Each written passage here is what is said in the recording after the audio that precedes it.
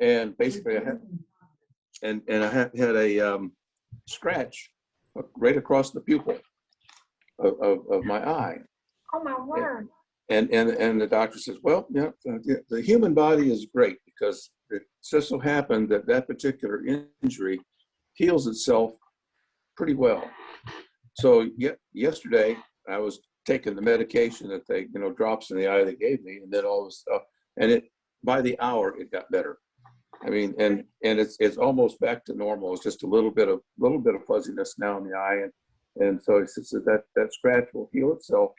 And he was Well, able to. sure, I'm glad you had a positive outcome because your eyes are so important. So important. And it was interesting because he took his cell phone and went through the magnification that they have on their little machines that they right. and was able to actually take a picture of the scratch on my eye and show it to me. It's amazing. I'm not sure I would have appreciated that.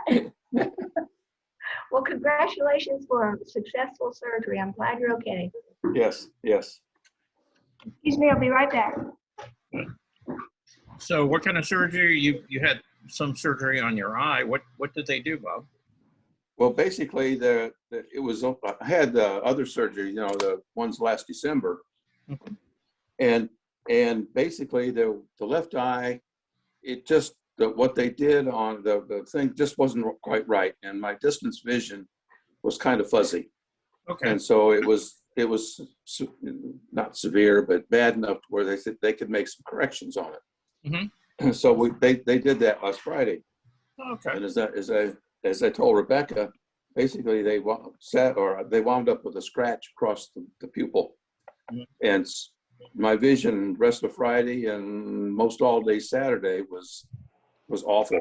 I mean, I was just fuzzy dots, but the medication and it cleared right up. So I can say it's almost normal now. So which is, said the human eye is pretty good. He said about when the scratches on the surface, anywhere that it's very, very good that it can heal itself. So anyway, I'm almost back to normal. It's getting closer to being what it's supposed to be. Okay, glad to hear that. Me too. Yeah. Yeah, that's something you don't want to go wrong. No. Now, how did you get the scratch? Was that something that happened during the surgery, or was that something that? It probably happened during surgery. That's when it happened. Okay. It's amazing that the equipment they have. It's all electronically controlled, pretty much. Mm-hmm. But part of the process is that the doctor, while it's going on, says, well, you're going to feel some pressure on your eye, and you start to feel pressure on it, and so could be during that period of time, maybe I wiggled my eyelids a little bit, or but something maybe on the surface of the laser or whatever. Right. So, but I mean, they make you sign nice waivers beforehand. Oh, yeah. They say this is, you're volunteering to do this. No, you know that. Yeah, I'm very reluctant to sign up to do any of that. Thank you. Right. I'll stay with my reading glasses for a while. So until I really can't see anything, and then after that. Well, for me, it was well worth the risk. So. Okay. All right. Well, hello everybody. Happy Monday. How are we all doing? I'm doing all right. Great. Yeah. Okay. Hey, Elon.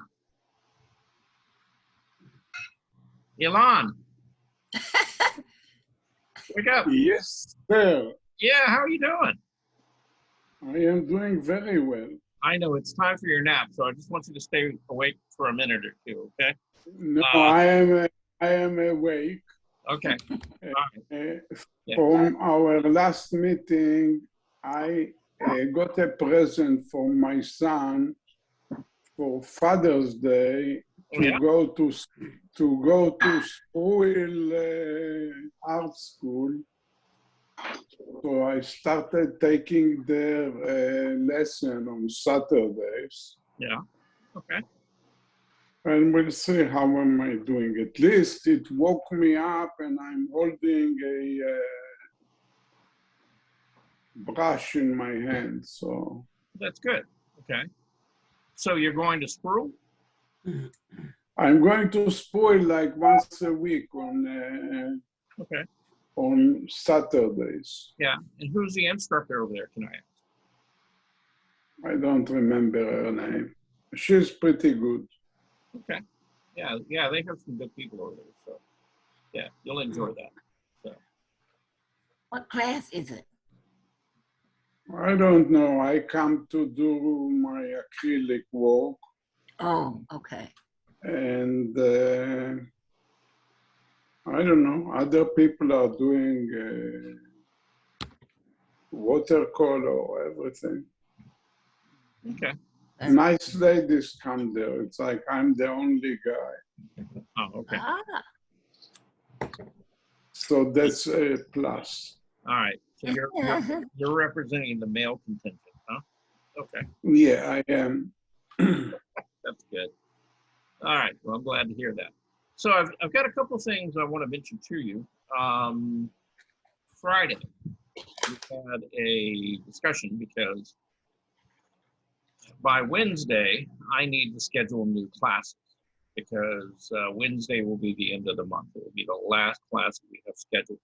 And I have sent an email to Sabrina after talking to all of you and, basically,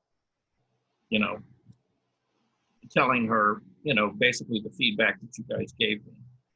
And so what I proposed to her, and we'll see if this works for everybody or not, it sounds like it would have, is that we go back to the original schedule, which is on Monday, Wednesday, and Friday, and that we do 2 classes a day.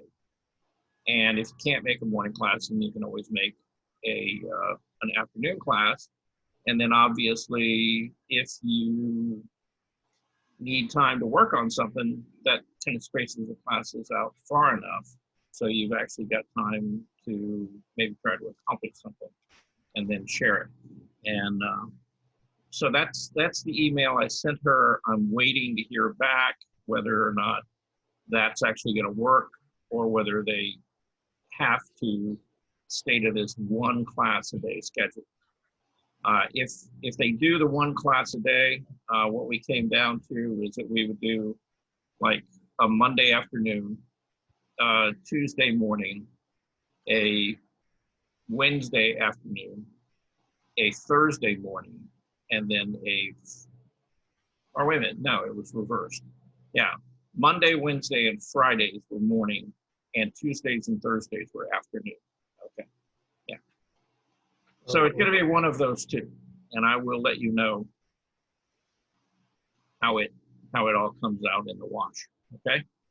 Anybody got any comments about that? No, we are good. Okay. Good. I go with the flow. You'll go with the flow. Okay.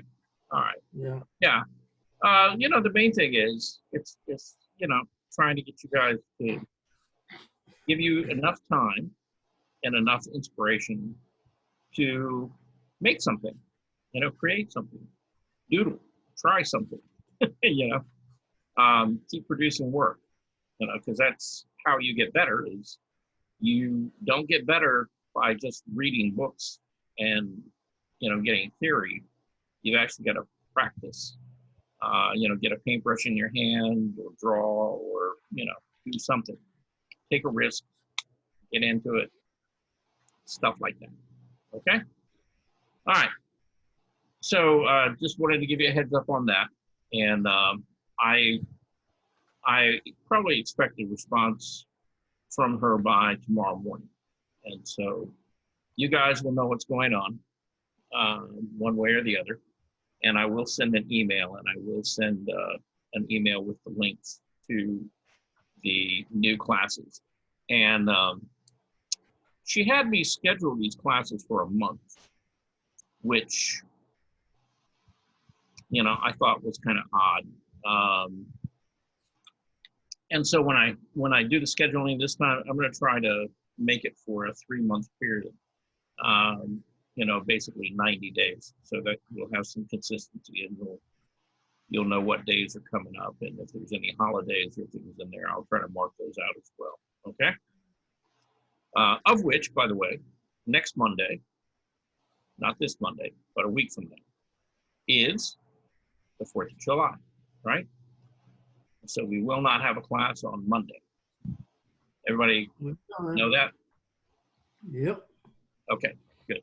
All right. So here's what I got today for you. I got a bunch of stuff actually. And then if we need a fallback, then I've gotten drawings from several of you. I'd like to see some more drawings from Friday from the rest of you, if you haven't sent them in already. Okay. Eloise sent in a couple of drawings, but she was having some trouble, you know, in uploading the file. She wasn't getting a complete file. The file was just partial. So, you know, she needs to resend those some way. Other than that, everything else came through fine. And we'll talk about that tomorrow if we don't get around to it this afternoon, if we run out of stuff. But I wanted to share, remember last week, I think it was last week. We saw a video of a young man from Scotland, and he was using a 3-color limited palette, okay, which was cyan, magenta, and yellow, plus white. And he was basically building all of his colors out of those 3 paints, okay? And so I have done a little work because I ordered those colors, and I'm going to show you what I did with them, okay? Just real quickly. Which is, yeah, okay, let's start here. Okay. All right. So let's start with this, okay? Can everybody see the 3 circles? Yeah. Okay. No, So, no? no, I see Zoom United. One unified app for meetings. I get it. Okay. Something is off, Rebecca. Okay, Yeah. I don't should I know. rejoin? Huh? Should I rejoin? Yeah. You can, I guess. Yeah. Because I mean, Sure, I'll start over. okay, does anybody else not have the color wheel? The 3? No, I see it clearly. Okay, good. I'll be right back. Okay. Oh, I see it now. Oh, okay. It's on. Okay. Yeah. Oh, that's a beauty. Okay. So the this is from Luca Paints, and I believe, don't quote me on this, but I think Luca is a company out of Russia. Okay, and so I got their cyan primary, their yellow primary, and their magenta primary paint, and I got them in 200 milliliter tubes, which are the really big tubes. And I got 2 of each because I wanted to have enough to play with, experiment. And you know, when I started this, I was starting on a white canvas, and I basically, you know, just drew out a grid and you know, started laying down my primary color, the red, the cyan, and yellow. And then I mixed my orange, my green, and then my violet. And then I combined all 3 colors until I got a black. Now, to be honest with you, when this was surrounded by white, just the white of the canvas, I wasn't terribly impressed. And in fact, I really had a very difficult time differentiating between the colors of the blue, the cyan here, the mixture, the violet, and the black. to me, they all seemed the same on a white background. Now, as soon as I put in that gray, that made all the difference in the world. The other thing it was the black didn't really, to me, it really didn't look black in comparison to the purple or the violet and the blue. It actually looked like kind of a dark gray. Now, you know, I tested it. You know, I took the mixture, I added a little white to it. I got really, you know, a pretty nice gray out of it. In fact, the gray that's in the background is that color with white, okay? Is that mixture with white. So you can get a very nice kind of neutral gray with it. And, but you know, it, like I said, to my eye, it didn't really look black. It wasn't that really, really strong, rich black that, you know, you're always looking for. Now, you know, as I blocked out the background and got the gray value on it, everything shifted. Everything began to look more like what I had hoped or expected, and the intensity of the color actually came out because of the neutral background. And so all of the colors got richer and everything looked better, you know, with that neutral to play against. You know, before that, not so much. And you just, excuse me, Yeah. you just painted the gray around what you already had down. The colors are not on top of the gray, are they? no. Okay. No, I painted the circles first on just a white canvas. I didn't tone the canvas. Okay. Okay. Mhm. Yeah. And like I said, you know, against that white background, it was really disappointing to me. And then once I got the gray down there, like I said, everything fell together miraculously. And so, you know, in watching that video and hearing what he had to say, I would say, you know, that, yeah, it was pretty accurate. And it did work out. And you can get a pretty nice range of color, you know, overall, just with these three paints, plus white. You can get a nice dark black. You can get a very rich violet. You know, the cyan is, you know, a good blue, very nice blue. And it's really fairly easy to shift it to being either blue violet or blue green. So you can take it in either direction fairly easily. And it doesn't muddy up on you or shift or, you know, get funky or odd in any way. Along with that, you can get a really nice range of greens, both warmer and cooler, and really just a nice variety. And of course, the yellow is nice and strong. You know, and probably, well, out of all of the other two colors, the yellow itself is fairly opaque. Okay. The other two are very, very translucent. Okay. Not really totally transparent, but translucent. When it comes to mixing the orange, you know, I struggled with the orange. You know, when I, as I said, when I first put it down there, it just didn't seem to have the punch and the intensity that I was hoping for. And, you know, but once I put the neutral around it, it really actually looks, you know, pretty intense and, you know, pretty vibrant. So, you know, it's pretty good solid orange. So from there, you know, I did a color chart, and this was on the same board. And so how this is set up is, this is the yellow, the magenta, the cyan, and this is the mixture of black that I created by mixing these three together.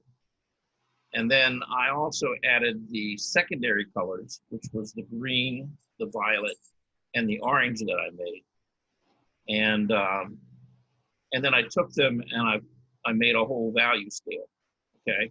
You know, a light, a middle value, a dark, you know, a middle dark and a middle light, you know, just to see the range of value and how they shifted as they kind of went through, you know, mixing them and, you know, trying to modify the value of them. And so overall, you know, I was pretty happy with, you know, the effect of that. And again, you know, one of the things that he showed pretty clearly was that if you can actually, with this limited palette, you know, build a pretty good range of some pretty intense, bright colors. And you don't get like this dark, dull section, you know, to the color wheel that you do out of building it out of red, yellow, and blue. You know, our conventional idea of red, yellow, and blue. And so again, you know, it was a good experiment. You know, it was a good thing to test, to try, and you know, I was pretty happy with the overall result of that. The last two columns here, this is just straight white paint. Okay, there's no color added to it. It looks a little bit warm because of the light that I shot it up. This was shot last night at probably midnight. And it was an incandescent light, so it makes everything look a little bit orange. But in mixing, you know, other colors, as you can see, you can get a pretty good, you know, variety of color. And there really isn't anything that you can't make out of these three colors. You know, the only real weak point, you know, that I've found so far is that in sort of the brown ranges and, you know, oranges in particular, and the warmer reds, they don't quite seem to be as strong as some of the colors you can get by using a conventional red, yellow, and blue combination. But, you know, for all the cool colors, the yellows, you know, the cooler side of the red palette, you know, the vibrancy, you know, and the intensity of all the colors is really pretty nice and worked out pretty well. This was the whole board, okay? And it's just on an 8x10 canvas, right? It's not a stretch canvas, just a canvas board. And, you know, it's just something that I had around, and you know, I just used it for this particular, you know, test, just to kind of see what I would get. So then I wanted to try to apply it practically. And so what I did with it was, in particular, I was interested in what kind of flesh would it make, since I paint a lot of figures and portraits and things like that. And so I took an old painting, and this was probably done 4 or 5 years ago, and never completed. It was just a figure study that I did at the Atlanta Art Center. And so I went back and, you know, I basically completed it.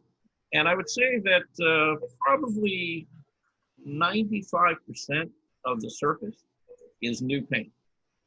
So there's a lot of new paint, you know, here actually on the figure, the face, the background, the chair, and this red drape and the floor here. So it's really just, you know, the white drape, I didn't really do much to. So most of this is that, you know, mixed out of those three colors. And again, you know, I thought the overall effect was pretty nice. And I think, you know, if you look at the color mixes for the flesh tones, you can get a pretty good wide variety of, you know, flesh tones, you know, out of those three colors. So, you know, I guess I would call that, you know, a success in the sense that it passed a lot of, you know, what I would need to do with those colors. And, you know, just using that very limited range of color, you can actually get, you know, just about anything that you need, including, you know, some really, really nice neutral grays. and other colors, other colored mixtures in there that work really pretty well. So I was pretty happy with that. You know? Anybody got any questions, comments, or? So you say, if I mix the red with the blue and the yellow, I get black. Right. Yeah. Oh. Now, when you do that, like I said, you know, just mixing it on the palette, it didn't really look all that black. It looked like a dark gray. But when it actually got up on the canvas and it was sitting next to the violet and the blue, you could see that it was clearly black. And the way that you always test when you're making your black is you mix, you know, you mix it, you get it to where you think it looks black, and then you just take a little tiny bit of it off to the side and mix it with some white and see, you know, what you get. If you get a neutral gray, then you got a nice balanced black. You could also end up with a warmer black, which might look slightly brownish, or you might end up with a cooler black that will look slightly bluish. And, you know, if you want to balance those out, you know, you just add the appropriate color to shift it in the direction you want until you get the black that you want. So actually, I don't need to buy black. I can make it myself. Right. Mm-hmm. Yeah. Well, and you can make black.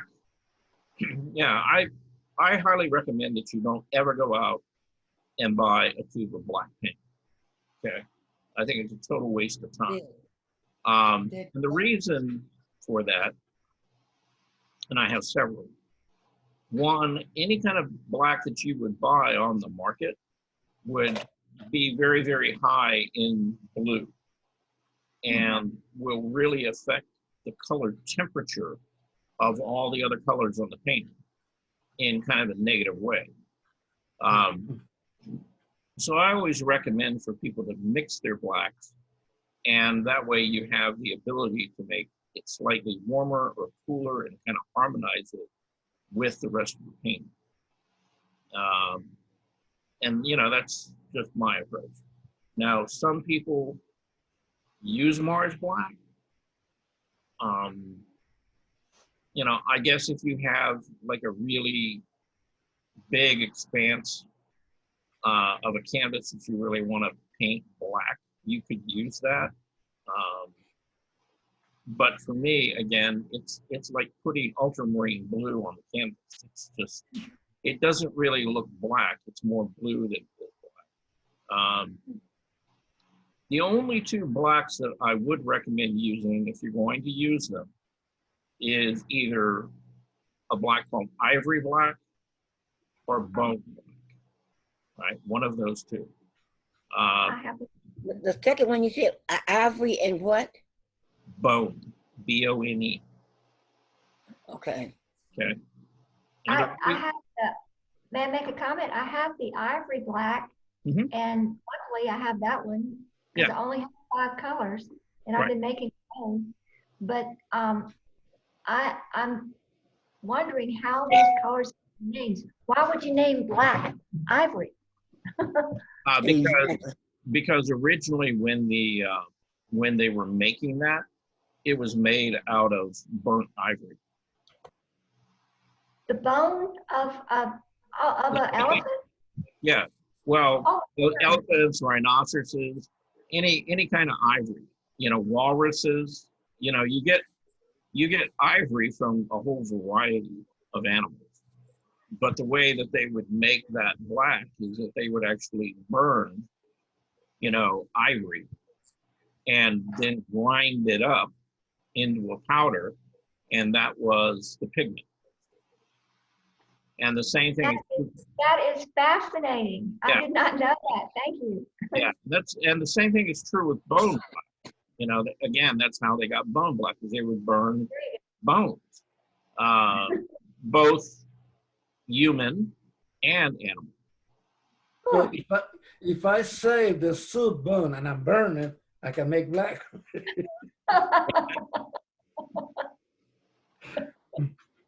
What did you say, Armando? Something about if you burn your soup? No, if I save the soup bone, you know, after you can Oh, make the the bone soup, from the soup, yeah. yeah, save the bones and burn it. I can make blood with that. Yeah, you could. If you want to take the time to grind it to like a really fine powder and, you know, do all the things you want to do. And then, you know, add either if you're going to use acrylic, you'd have to add the acrylic polymer to it. And, or if you're using oil, you'd have to use use the oils and the waxes, you know, as a binder until you made your paint. So. I think Ilan went to sleep. Yeah, it's his nap time. It's fine. You know, that's one of the reasons that we're going to shift the classes around. You know, that way he has 2 days a week he can take a good nap, and that he's not so tired on Mondays, Wednesdays. So, okay. That is very kind. Yeah, the things I do for you guys. You know, we try to be accommodating. Okay. Afternoon's better for me. Yeah. Hello. So along with you know, experimenting with those 3 colors that I ordered from Gary's Artorama, which, by the way, you know, and believe me, I love going to the art store. I really do. You know, it's like me going into a hardware store or to a candy store, you know, for a kid. You know, I just like to look at stuff. I like to touch stuff. I like to actually pick it up, feel it, you know, kind of size up what it's made of and how well it's made and stuff. But I have to honestly tell you, you know, I've kind of gotten used to this being pampered, of being able to sit at home, go online, order something, and then 3 or 4 days later it shows up on my doorstep. It's tough, you know, it's really tough, but you know, somebody has to do it. And by you. Yeah. I mean, you know, you know, 2 years ago, I would have never taken the time or imagined that I'd be sitting here ordering stuff online and just having it show up at the door. You know, I like to get out of the house. Yeah, I do too. You know, but this way I get to get out of the house and I get to do things like go out and paint, or, you know, go to a park, or, you know, go have a picnic, or, you know, something like that. And Read the We stuff there. didn't get no Amazon stock. Yeah, It's too bad we didn't get any Amazon stock. yeah, you're right. Yeah, Back when the pandemic started. yeah, that would have been nice. You know, their stock has gone up a lot. You know, Jeff Bezos has made a lot of money off of this whole thing. You know, but and bless his heart, you know, I mean, I don't really have a problem with the man making money. I wish he would, you know, maybe pay his taxes, you know, and put something back into the system. That would be nice. But you know, he was at the right place at the right time with the right idea, and we all benefited from it over the last year and a half. And so I don't really begrudge him, you know, the fact that he did well with this. Well, you know, old Jeff, it's okay because it's Congress that makes the laws that control taxes. Right. So it's up to Congress to make the right laws so that Jeff will pay taxes. Right. You're just taking advantage of the system. Yeah. Well, Congress doesn't pay taxes either. You Yeah. got free in the system. Yeah. Well, you know, I mean, like I said, you know, I don't blame him, and you know, I don't blame anybody with a lot of money.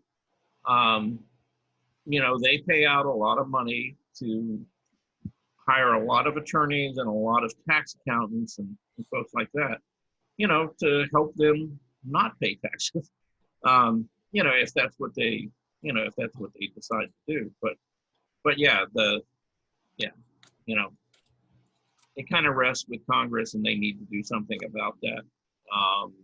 You know, to make the tax system a little more equitable, I guess, if that's what their goal is. But I'm just glad that they're there.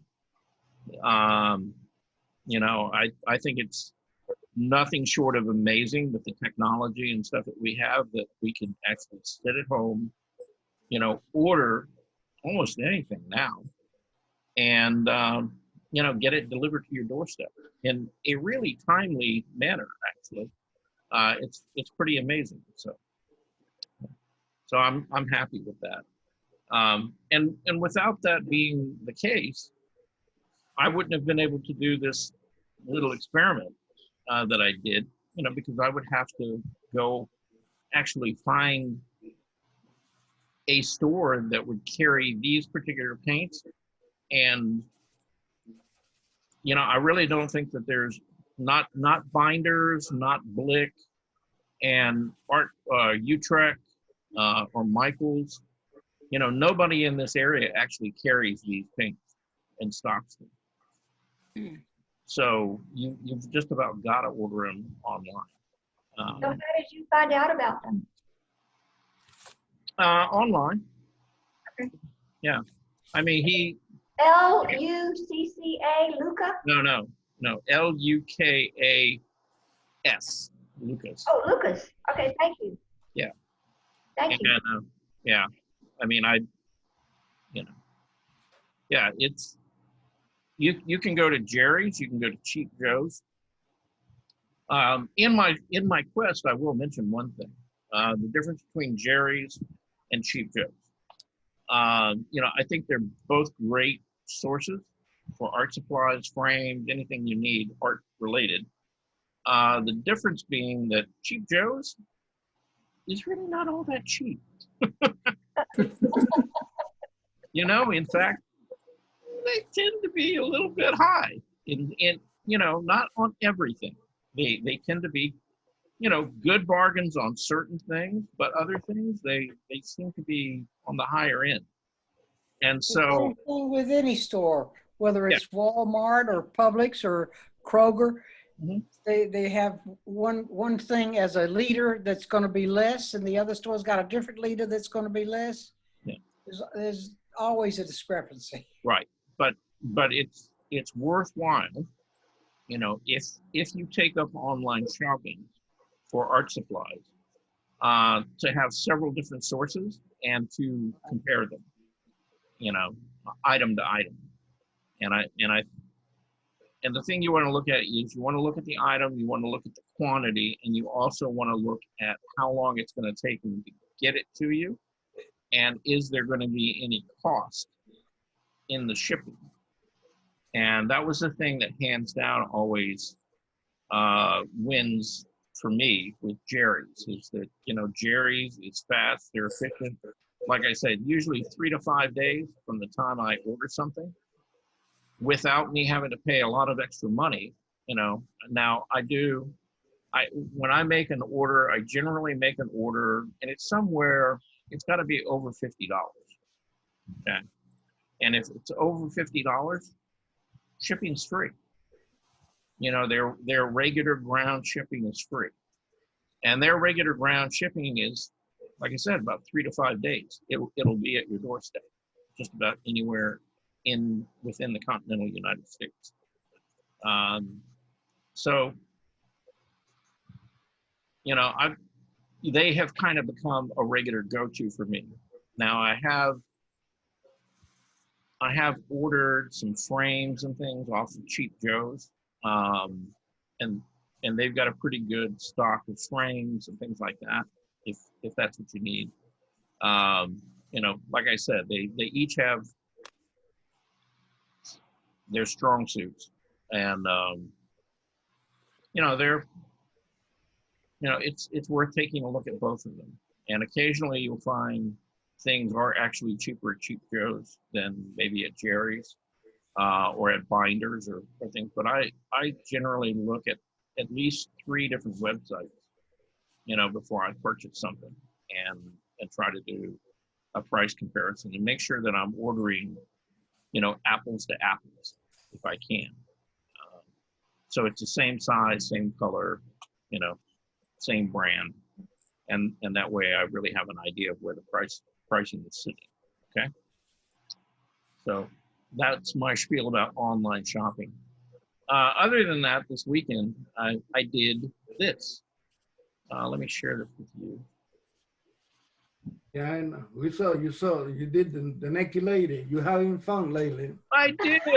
Okay, let's see. Advanced sharing options. Who can share? All participants. Who can start sharing when someone else is sharing? Only the host. Okay, well, all right. I don't know why that came up. I just wanted to share something. There we go. That's what I was looking for. Okay. Yeah, I went to the Atlanta Artist Center and I did this.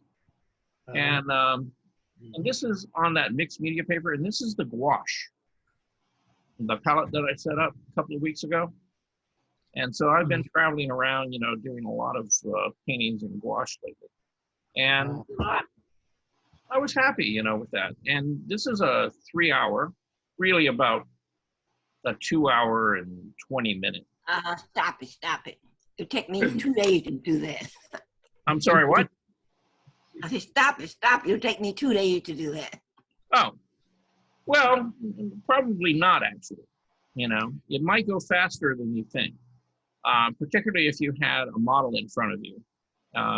Oh, you have to. Mm-hmm. Yeah, you'd have to paint faster, just like you have to walk faster, you know, with a model in front of you. And so it does. It makes you work faster and look for ways of, you know, abbreviating stuff. But yeah, I was happy with this, you know, and this is a model that I've painted many, many times. This is Kate Marie,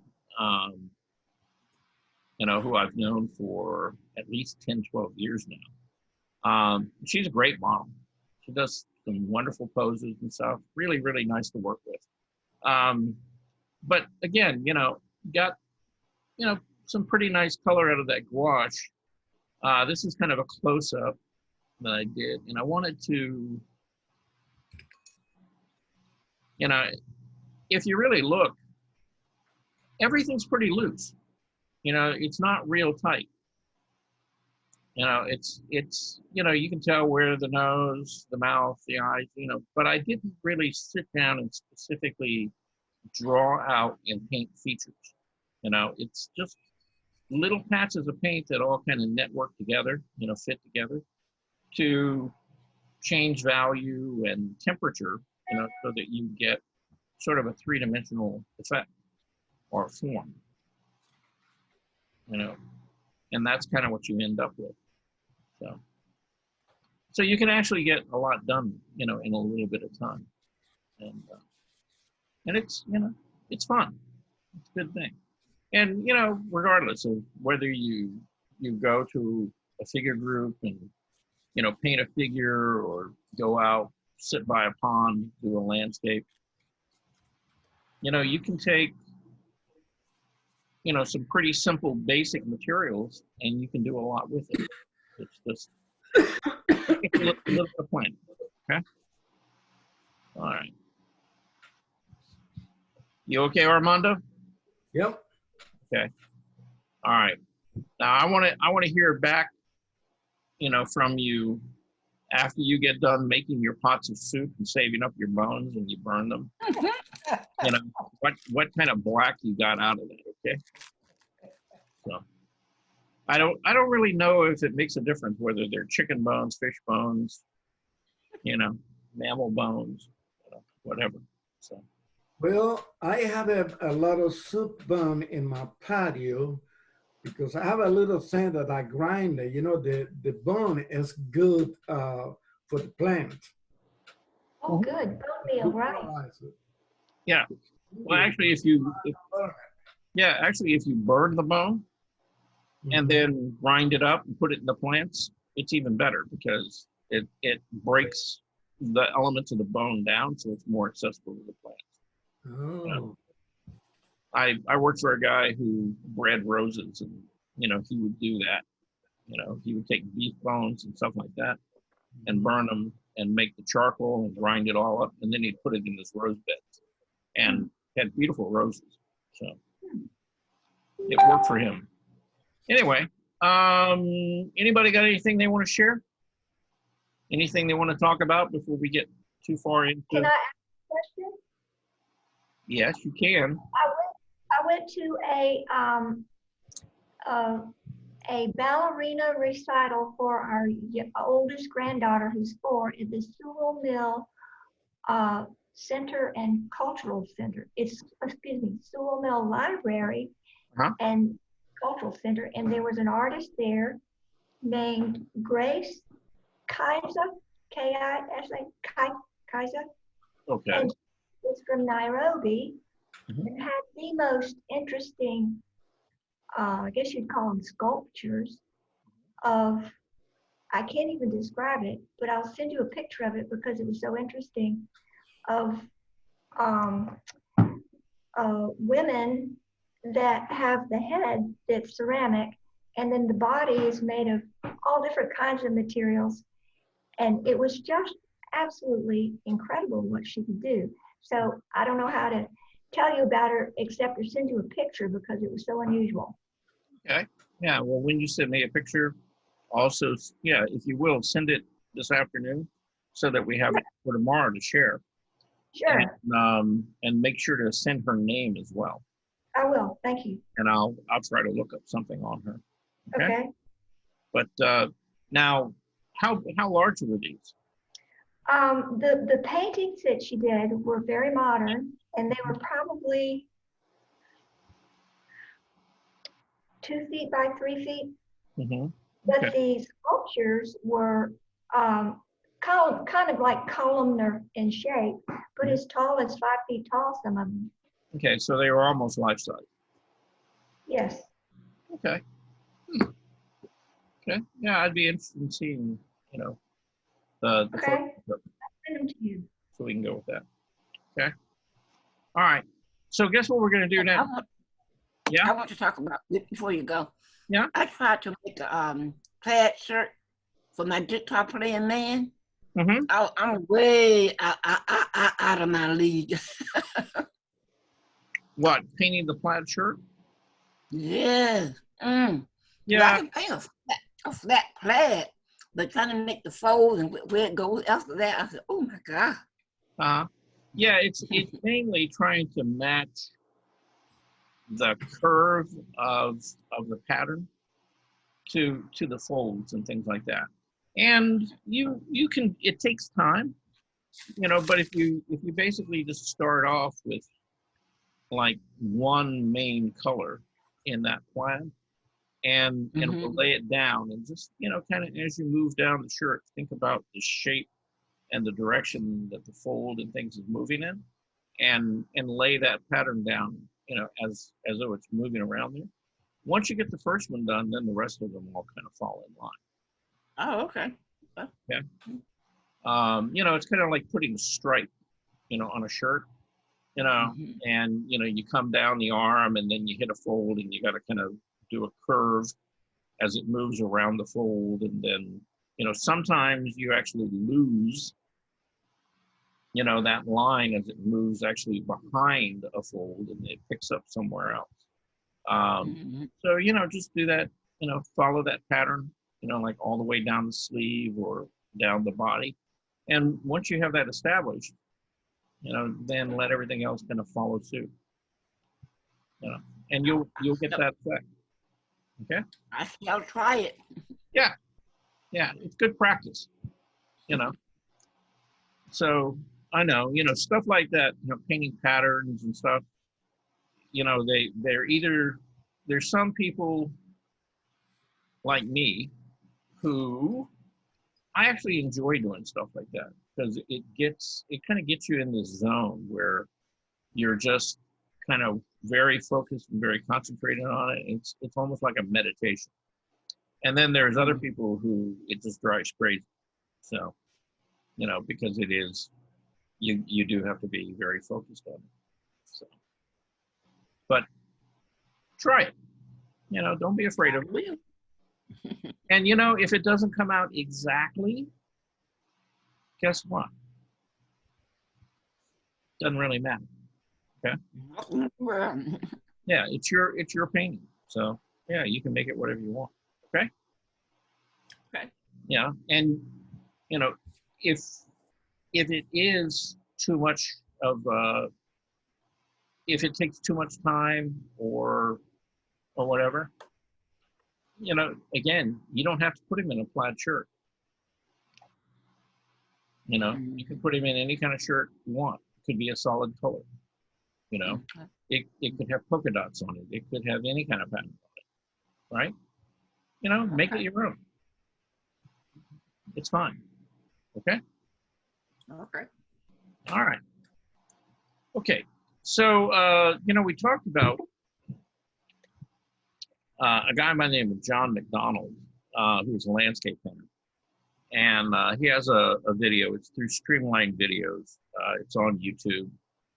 You can easily access it by looking him up. In fact, he's got several, but he's got a lot of good things to say, you know, I think that are worthwhile hearing.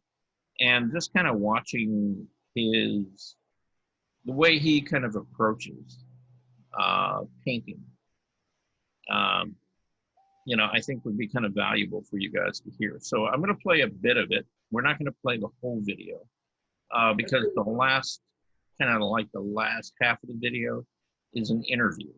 And, you know, it kind of tells his story about, you know, how he got into being a painter and stuff like that, which is worthwhile hearing. But I want you to kind of look at the technique and how organized, you know, and very intentional he is about, you know, constructing a composition and things. And he talks a lot about composition in this because it's really, really important. And I think you'll pick up, you know, a couple of ideas about composing a painting. So anyway, I would have a notepad, you know, something to write notes on, and you know, a pen, and you know, feel free to sketch, you know, whatever you're, you know, as he's talking, and you can't talk, viewing stuff. So that You showed me last week. I know I'm getting tongue tied. You know. You Anyway. showed me last week, painting an old barn, an old house. That the same one? No. No. You showed him last Anyway. week in McDonald. Yeah. Just watch, Armando. You're funny. All right. Here we go. Get this set up so it's full screen. That. Do that. And this is Eric Rhodes from called Poetic Landscapes.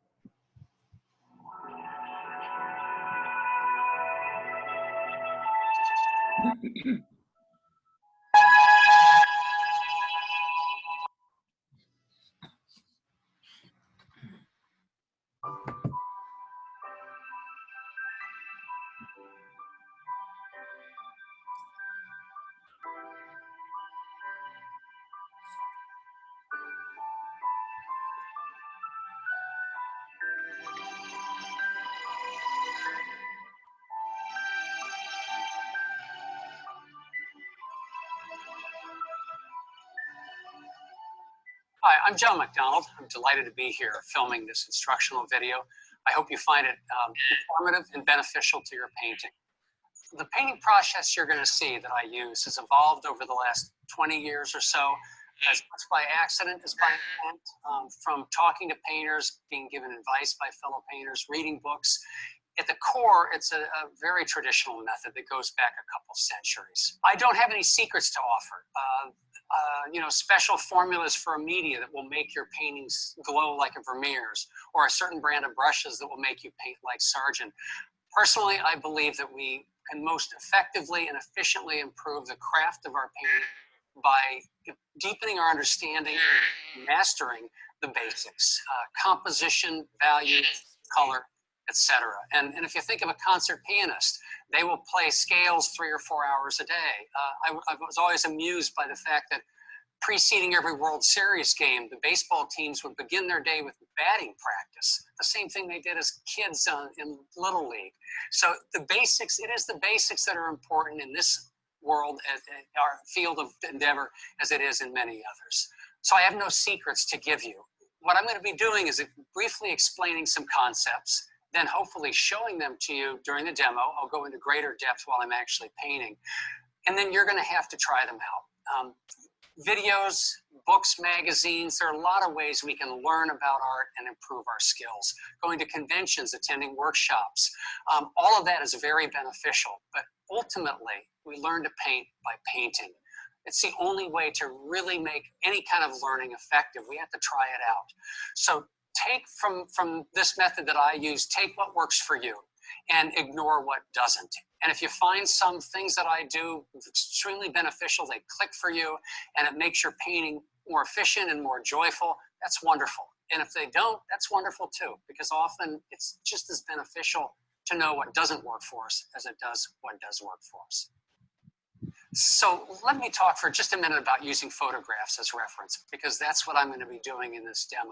And I know that it can be a controversial subject among landscape painters, especially those who paint exclusively plein air. I think there are some advantages to using photographs to paint. I think the greatest advantage is simply time. A photograph, given that a photograph will not change while we're sitting in the studio, and we have all day to work from it, that time is a luxury, and we can spend all the time we need analyzing the composition, studying the value structure, looking at color relationships, taking this image, this raw visual information we have in the photograph, and tearing it apart and rebuilding it as a painting. So time is an advantage. Another advantage is simply the fact that we can capture ephemeral weather conditions and times of day that we can never paint in plein air. Dusk, dawn, an approaching storm, the certain light across a snowy field, clouds moving, light on water. There are an awful lot of times we'll be on location, out in the landscape, wanting to paint a certain scene, but it simply doesn't last long enough to do so. In that case, I think cameras are very effective. In terms of the visual information you capture with a camera, as long as you use them properly, in other words, take photos intelligently, which usually means taking photos from different angles, different views, and particularly different exposures. Making sure that when you find a scene you love, you shoot at least three shots exposing for the lightest lights, which is usually the sky, the darkest darks, maybe the shadows in a tree, and those mid values of a meadow or lights on trees. So as long as we take photos intelligently and for the sole purpose of gathering information, I think a photograph can give us adequate information for the values, the lights and the darks in the scene. I also think that a photograph records all the details you could possibly need. And in most cases, far too many details. But I don't think that our ability to memorize where every leaf was on every tree, we can't do that. So a photograph is a great help for when you just want to capture a lot of detail.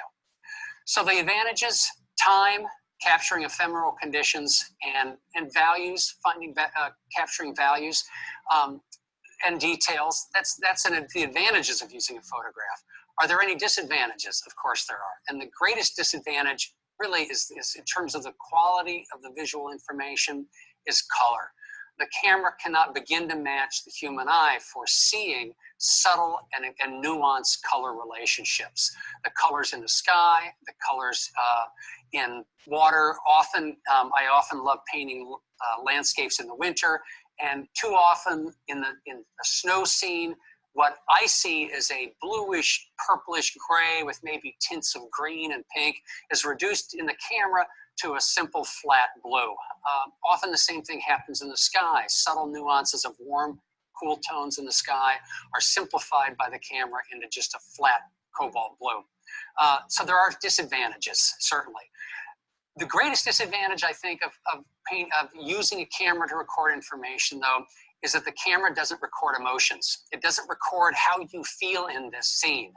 And I think that's a hugely important component of painting a landscape. How we feel about this scene, how we connect to it, our emotional response to it often informs the way we paint.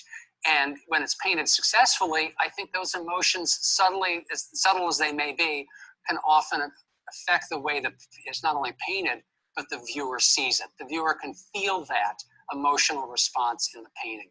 The camera captures the scene, but it is a frozen, mechanical copy, soulless copy of what we're seeing. It captures none of the movement of clouds, wind in the fields, water, the way water ripples, nor does it capture our emotional response to the scene, which I think is a huge deficit.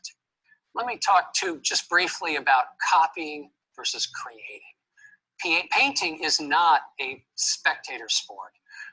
To learn, to do it, to enjoy it, we have to be painting. And we are painters. We're not newspaper reporters. We're not making a documentary of a scene or a copy of a scene. We're creating a painting. So where I would completely agree with those who say you cannot use photos as reference, you cannot use photos as reference if all you're going to do is copy the photo, detail for detail, value for value, color for color, because you're copying what is essentially already a copy and perhaps a deficient copy of the landscape that's out there. So please use photographs as visual reference, as raw material to build your painting, as an architect would use bricks to build a building. No one mistakes those bricks for the building. Well, don't think that when you take a photograph, that by copying it, you're going to produce a good painting. No, the photograph is just a piece of raw material used by an artist with creative thinking and processes to build a painting. So what is a painting? A painting is a construction. It has parts, components, and a process. Different artists have different lists of what the parts of a painting is, but most 4, 5, 6 items, most agree on the essentials. And they are composition, values, or more specifically a value structure, colors, more specifically color relationships, edge contrasts, and details. Those are what I see as the 5 components of a painting. But what's crucial to understand is that these are not all equal. There is a hierarchy among these components. First and foremost, and most important, is the composition. So if we consider a painting as a pyramid, the composition would be the base layer of that pyramid. It determines the footprint, it also determines the strength of it, and it has to be strong. If the composition does not work, if the base layer of a pyramid doesn't work, the whole thing crumbles down. Secondly of importance would be the values, and in particular the value structure.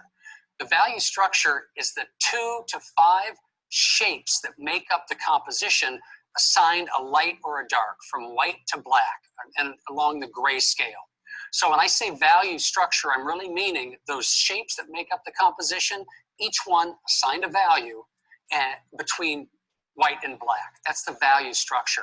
That is, together with the composition, those 2 are the most important components of a painting. They are what hold the painting together. It expresses the composition, light, space, but we'll get into that a little bit later. So composition, value structure. The third most important component in a painting is the color. Now the color, of course, is what's sexy in the scene, and it seduces us as artists. That's what we love to get to, but it's not the most important component of a painting at all. Most important is composition, coupled with the value structure, then color. Edge contrast, by edges I simply mean where 2 large shapes meet. Is that edge soft? Is it hard? Or is it lost entirely? How fuzzy is it? So where a hill or a mountain range meets the sky, how do you treat that edge? Edge contrasts. And of least importance, and maybe you can barely read that, which is appropriate, is details. The details tend to be the least important aspect of a component insofar as making a painting that works, that has a structure that is strong and reads quickly and well and has energy and life. Details are often associated with telling maybe a little story or showing scale, but they tend to be the least important component of a painting. The problem is most artists, beginners and advanced artists alike, often when we're seeing a scene or working from photographs, we're attracted to both color, maybe some edge details, but a little edge contrast, but a lot of details. So if we start our painting based on the details in the scene, we're essentially trying to build a pyramid from the point up. And what happens? It's going to collapse. And our painting will collapse too. It simply is not sustainable. So when we start the process, this painting process, we need to keep that hierarchy in mind. And why not? Why not structure a painting process that follows that hierarchy? So my painting process is approximately 7 steps, the first 3 of which don't even involve touching a brush. I choose the scene, and crucially, I ask myself, why did I choose this scene? What is it out there that I'm connecting with that I want to put into paint? So I choose a scene. Then gather as much information as I can. I will take, if I have a camera, take multiple photographs from various viewpoints, different exposures.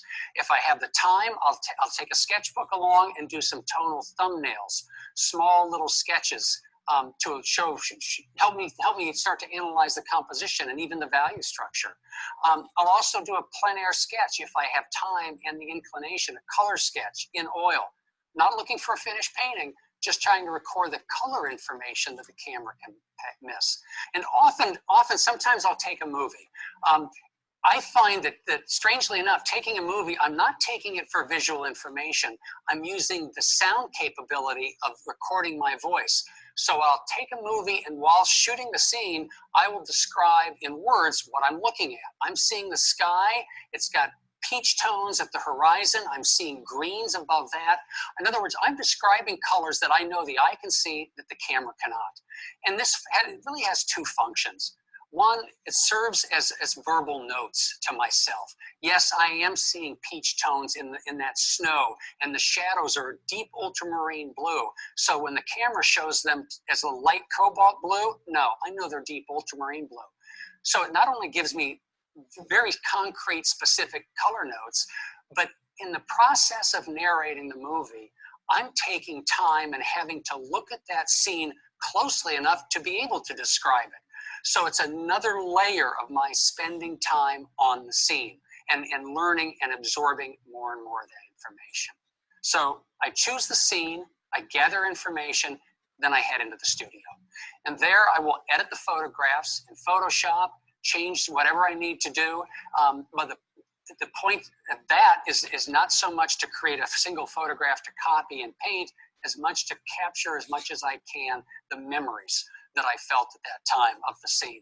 So I'm editing photographs. I'm going to take the sketches I drew, and maybe combine them, retrace over them, cut and paste them, playing around with the composition. I might tweak the color sketch that I did plein air, study more closely those colors. Is that really what I remembered about the color of that sky or the field? So I'm editing the information, and at the end of that, what I want to end up with is enough information about the value structure and enough information about the color to proceed to the painting. So then with the canvas on the easel, I'll sketch out the composition, and then I'll create a monochromatic underpainting in oil for the sole reason of both capturing the composition, but also establishing the value structure. When that underpainting is dry, it's usually a day or 2, I will then go in with color, laying in color, and while working color, I manipulate the edges, playing with edge contrasts, and tend to finish the painting with the details that I need, and that's the key word there, the details that are essential to the painting.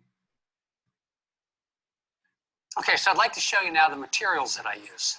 Currently, I'm using a limited palette, and well, I have been probably for 8 or 10 years.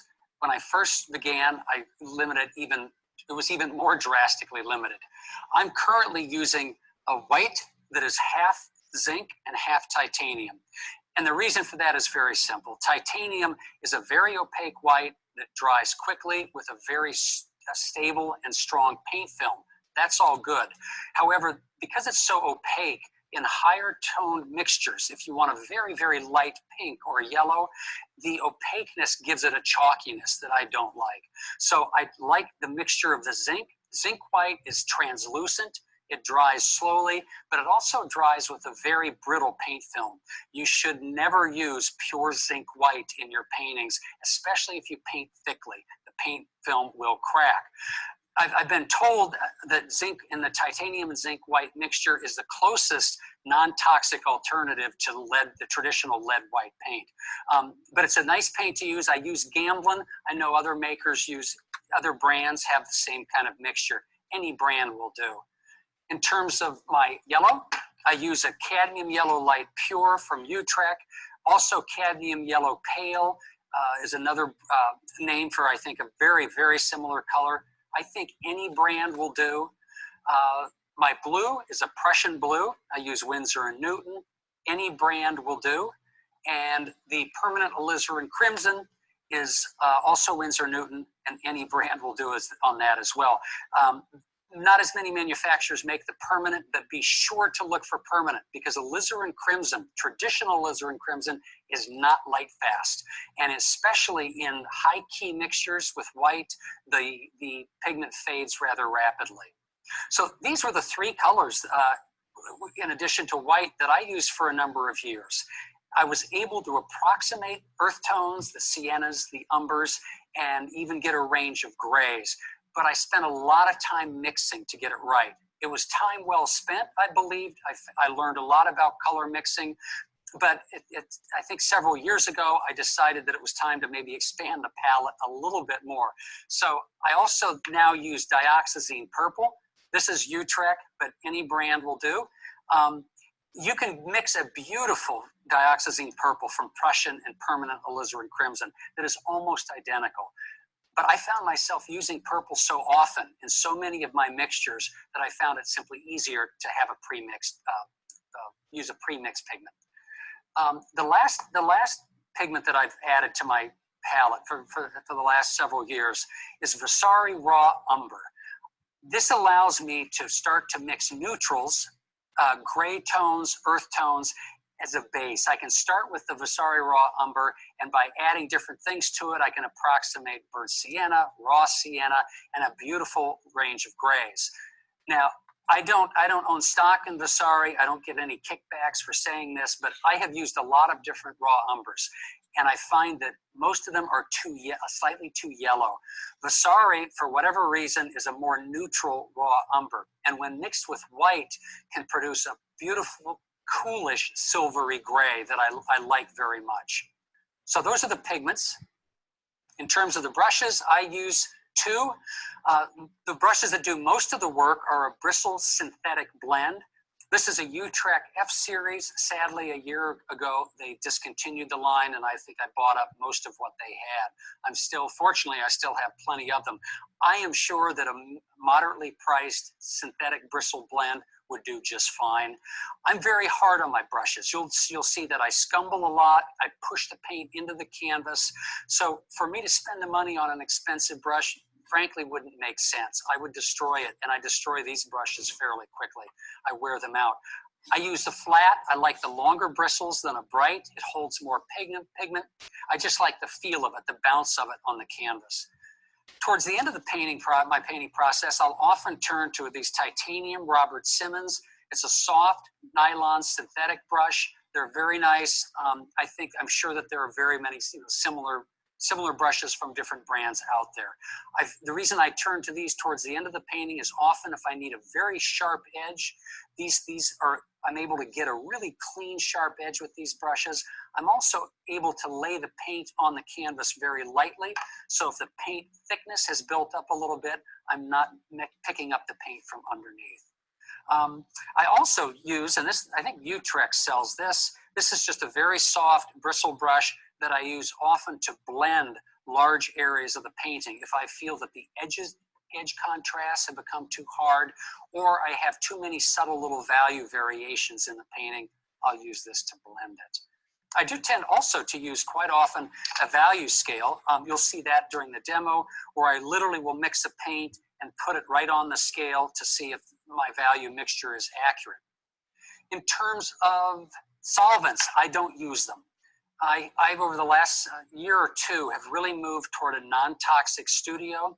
So what I use to thin my paints while I'm painting, and again, you'll see that in the demo, is a mixture of 50% safflower oil and 50% linseed oil. It's similar to the zinc and titanium mixture in that linseed oil dries fairly quickly. It dries with a very durable and strong paint film, which is why it's been used for centuries, but it also yellows a little bit when it dries. The safflower oil dries more slowly. It forms a brittle paint film, so you really don't want to use it just all by itself, but it doesn't yellow. So I find that mixing it 50-50, I get a little longer time to work with it before it would get tacky, and it doesn't yellow, and it's a little more fluid, which I like working with.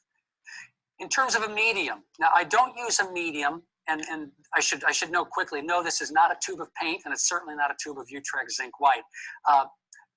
This is when I travel, I put the medium in a tube. Often at home, I simply have it in a jar. I do not use a medium as is traditionally used to dip a little bit in with each paint mixture. So when I'm mixing my paints, I might use a little bit of oil. I don't use a medium. I'll show you how I do use it during the demo. But that consists of 1 part linseed oil, 1 part safflower oil, 1/2 part stand oil, 1/2 part Dorland wax, and a few drops of dryer. And I'll explain why the Dorland wax, why I use Dorland wax again when I use this during the demo. So those are my materials. I know that often you hear of certain brands giving you certain effects, and that is true. Magic medias, certain media giving you certain effects. All of that is true. But as I said, ultimately, if there was a magic tube of paint that said tranquility, or a magic tube of paint that said masterpiece, and by using that you were guaranteed a great painting, we would all be using it. This is the basics, and it's these materials that you'll use to build your paintings. So you need to master them. So having looked at my materials, let's start the demo. But before I do, I'm going to go into each one of these steps in greater depth. So my first step is choosing the scene, and particularly asking myself why I chose the scene. So this is a meadow that's not far from my house. I've painted it multiple times, probably done a fair share of plein air paintings, winter, summer, spring on this meadow. It's just one of my favorite spots. Why you choose a scene, it's important to understand why you choose a scene. And I should say first that I'm not a subject painter. That is, there are painters who are more interested in telling a story or a narrative in their painting. And if you're interested in painting, an old tractor or an old barn, a street scene or a cafe scene, often that includes kind of a narrative element. You're kind of telling a story. I'm more of a formalist, I guess, for lack of a better word, in that I'm not so much interested in telling a story. What attracts me to a scene are color relationships and value relationships, and particularly the mood, the quality of light and the mood, which I guess if you argued, okay, well, that's kind of a story, isn't it? Yeah, I guess it could be. And I want to make sure, though, that you understand that I certainly don't look down on subject painters. It's just a different way of painting. And painting has plenty of room for all inclinations and styles. So what attracts me to this scene, I've passed by this so many times. It's not far from my house. I would often see the light in the winter coming across this field. I've painted it once or twice plein air. I have 15 minutes maybe before it changes completely. So this again is an example that I gave earlier when I said one of the advantages of painting from photos is its ability to capture the ephemeral moment. So that's what I had this I just love the tranquility of this area, this field, and especially in the winter when it's absolutely silent, except maybe the sound of the wind in the trees. It's just an extremely peaceful, tranquil place to be. And had always wanted to capture this moment too in the sunset, having seen it so many times. Why do you need to go into depth about why I chose this scene? Well, because frankly, that is probably going to determine your focal point. If you ask yourself, what do I really love about this scene? That's going to be the center of interest in your painting. That's an extremely important thing to know because you're going to structure that painting around that focal point. So for me, what I was really just loved was the pattern of the trees and the light up in here. Yes, I thought the pattern of the grass coming through the snow was interesting, but this is primarily what I was interested in. So I've chosen the scene. Now I need to gather information. I probably took 25 or 30 photographs of this scene. I arrived early. I could catch the shadows as they crossed the distant field, as it would pick up certain trees and then disappear. Other trees would go into shadow.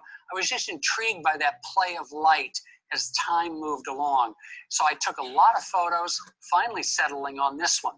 I also, I think, did 1 or 2 tonal sketches quickly. It was a pretty chilly evening at the time. Just a real quick little thumbnail, playing around with the value relationships. I have done plein air studies of this scene in the winter, but I didn't do one this time because I've learned that The sun just changes so quickly in the winter when it's low and going down at an angle to the horizon.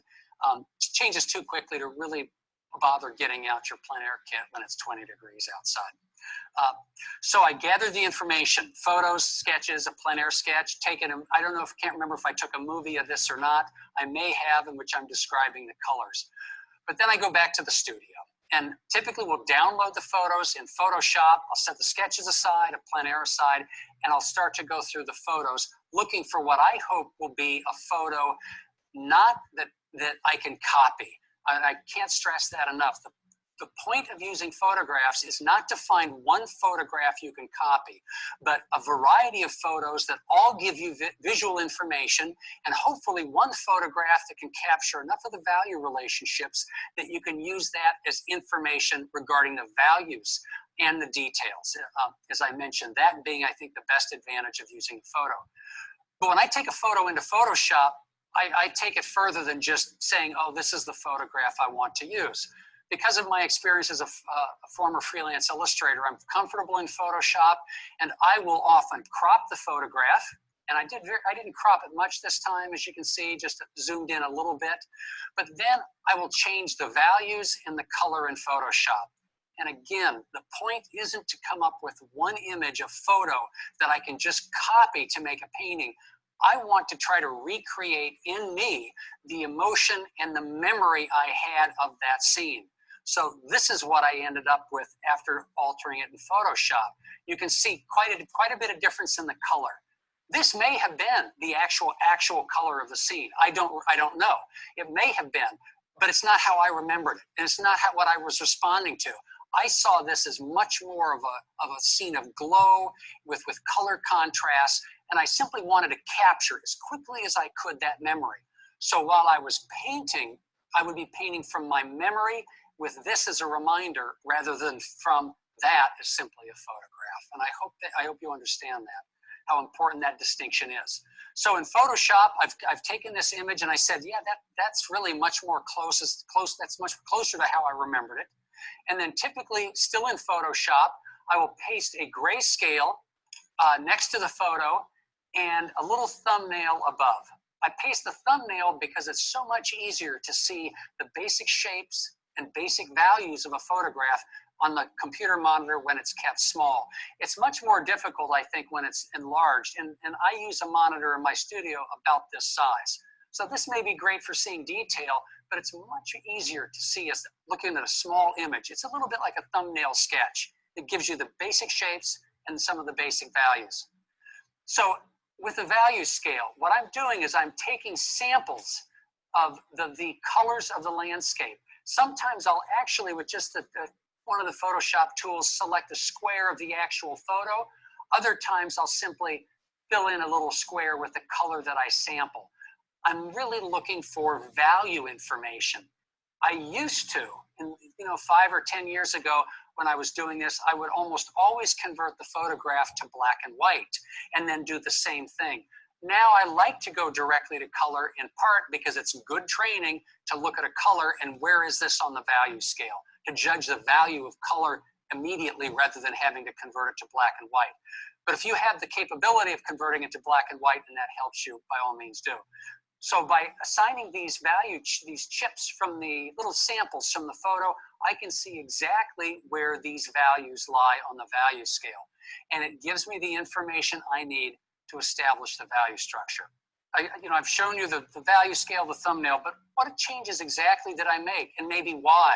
Well, let's start at the top. In the original photo, you'll notice the sky is blue.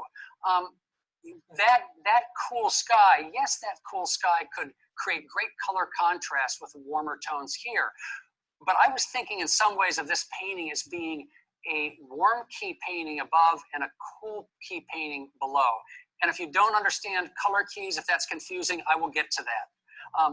But I changed the sky just because I thought that's how I remembered it, but I thought it could make for a more interesting image in terms of color contrast.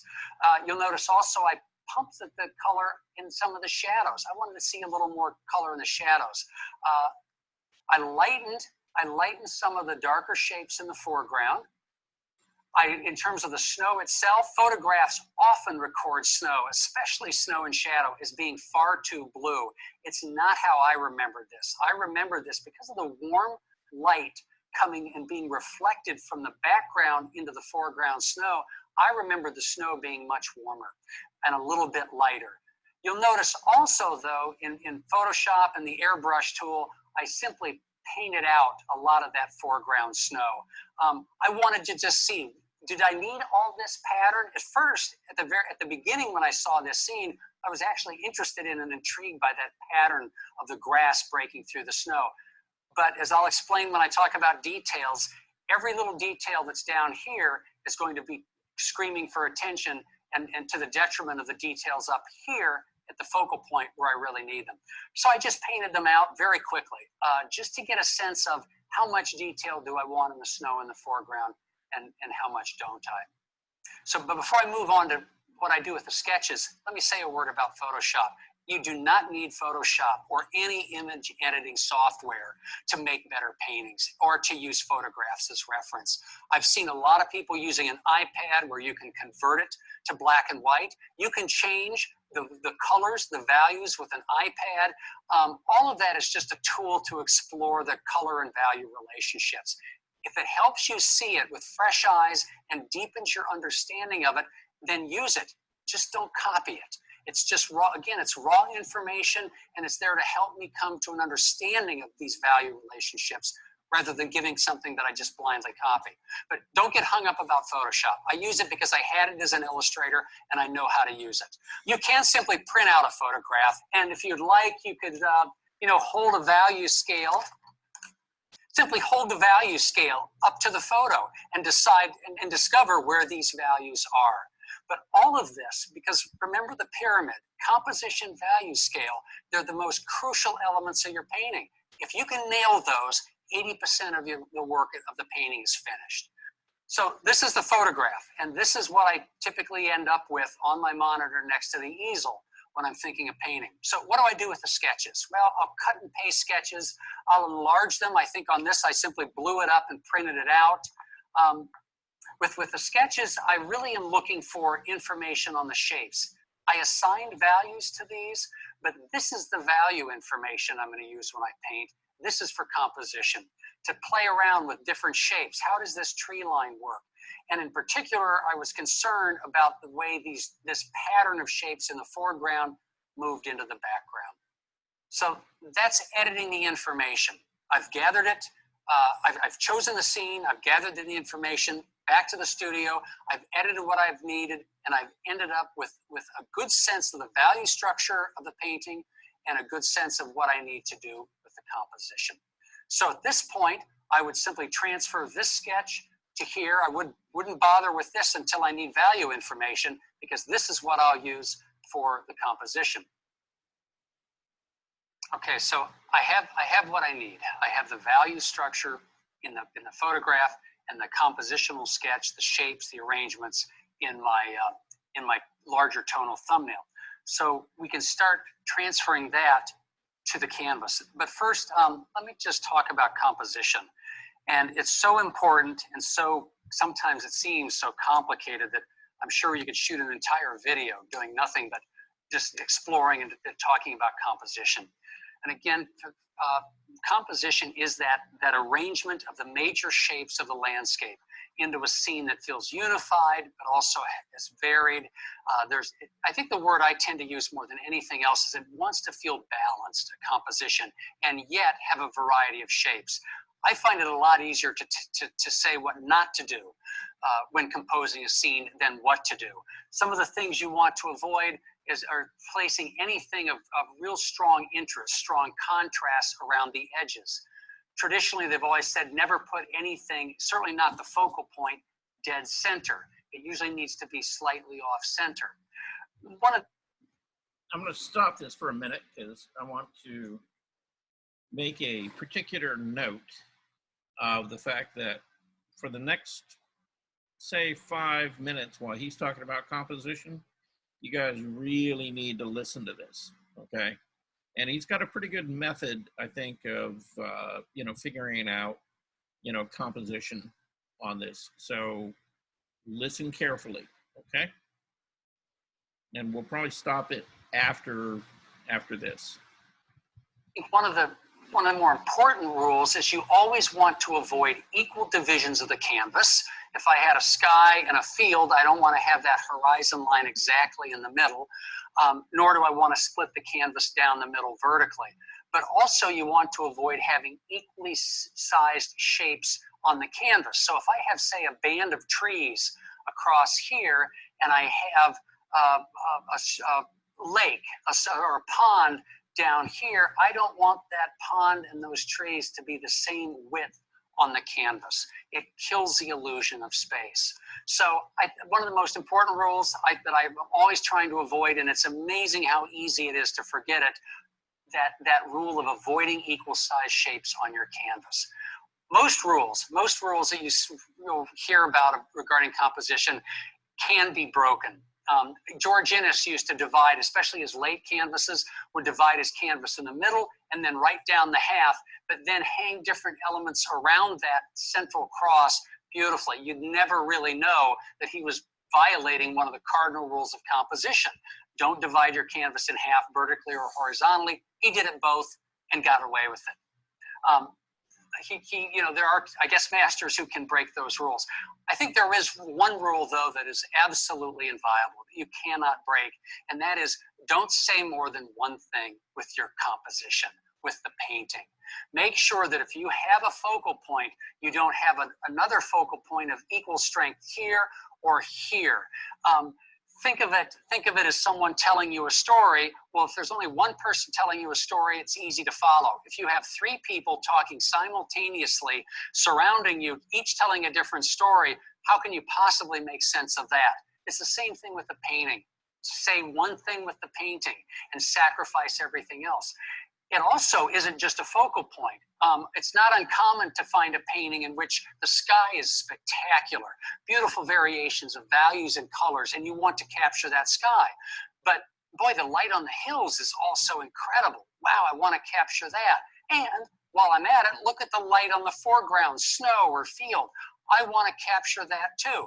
Well, what you end up doing is giving me three paintings, a beautiful sky and this incredible scene here. And especially if you're giving them equal weight in color contrast, value contrast, you're saying three things with one painting. Instead, maybe have the hills down here, simplify them, and concentrate on the sky. When you're finished with that painting, start another one, where maybe the sky is simplified and it's just a little band up top, and then you spend all your time painting the field. Don't try to say more than one thing with one painting. So composition, from the composition, I'll now transfer the lines here, but first let me just show you what I use for an underpainting. Typically, I prefer using burnt sienna with just a little bit of the burnt umber. I will add burnt umber only if I really need a dark shadow that I'm unable to get with the burnt sienna. You can see that burnt sienna is slightly lighter than the raw umber. I will typically use the same white that I've used, the 50% zinc mixture and 50% titanium. So typically I'll begin with just a slightly diluted bit of burnt sienna and maybe just a touch of white. I don't want to have the lines too dark. And then I'll begin transferring the line looking at my sketch. So first thing is, where do I want, I think what's most important in this scene is really the line of those hills where the snow is, meeting the background edge of trees. Now, I'm tempted as I look at this, even though I've just designed this sketch and I think the composition works, I'm tempted to raise that maybe up a little higher. Not sure. It's again, the beauty of an underpainting is that because you're keeping the edges soft and very little detail and working really just with the major shapes, you can tweak this till as long as you want and until you're really happy with it. So maybe that line of hills, there's a little variety. This is a more gentle slope. This is a little more abrupt. I like that contrast. And then it comes down maybe into the foreground and out this way. Or maybe actually, I think that this should probably move here. Okay, so maybe I'll curve this line a little bit here. Just at this point, absolutely not concerned with any details, just the major shapes. That's maybe goes here. I want to be careful how close I come to that edge. I want to show some sky. And I don't know if it shows up clearly in the video, but I have essentially reproduced the same grid on my canvas as I have on the sketch. So I can at least use those as guides. Maybe this comes down here, breaks up.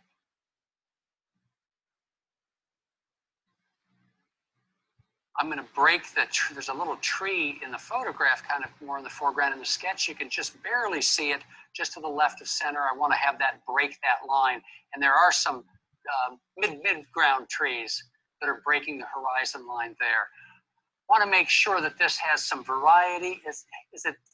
Should I avoid having this go off at the same height from the edge here? You know, I think often I would say yes, but I think in this case, it's not critical because I'm going to have these trees in the break that edge, and also they'll be a little higher. So I'm going to pull that down just a little bit. Again, just working in line now.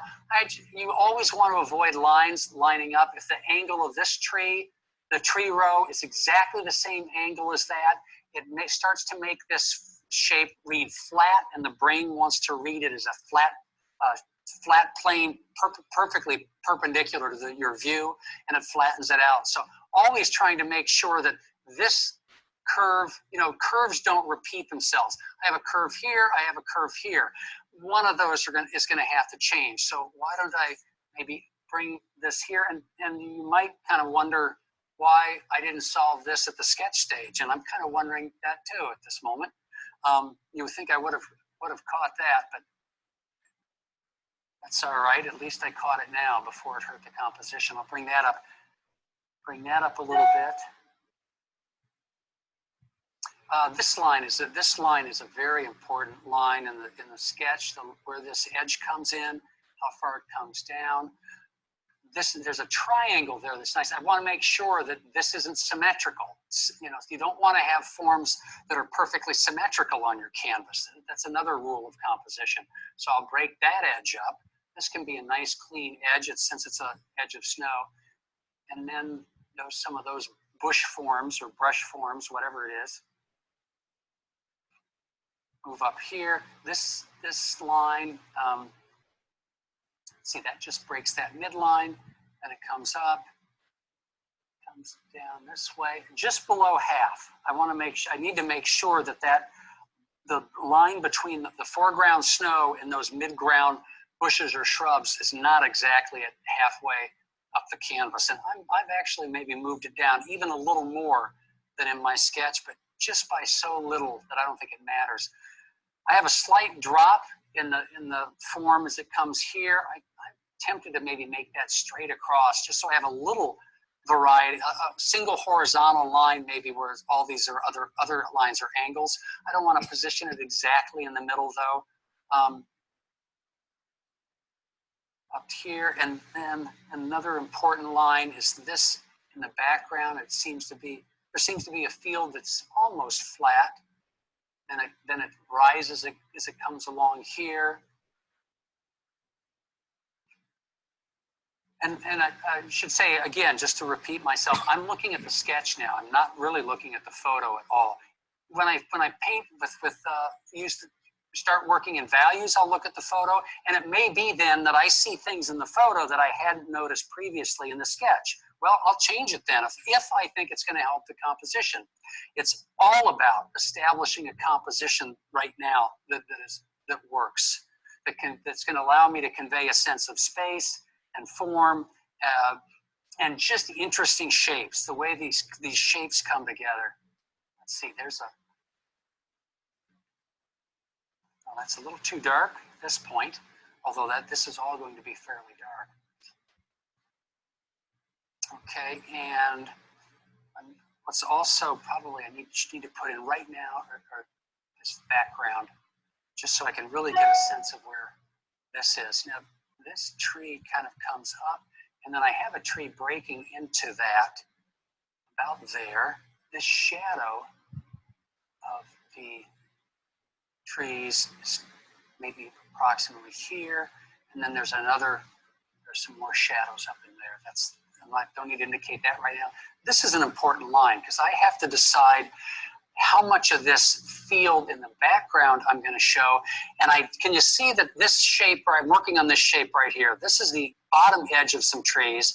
This is the top edge of the snowy field.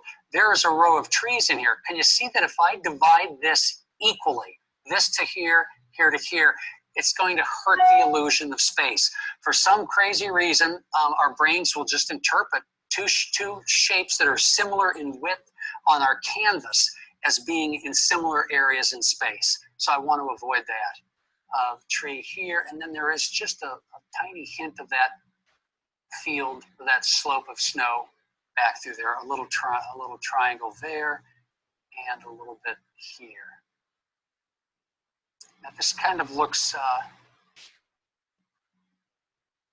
these shapes now, it's a little hard to keep track of them because there are so many little ones. I'm not going to worry. If you look at the sketch, you can see a little line of a field up through here. I'm not even going to put that in. I can pull that out as I put in the values. But right now, I'm just still wanting to indicate some of these shapes.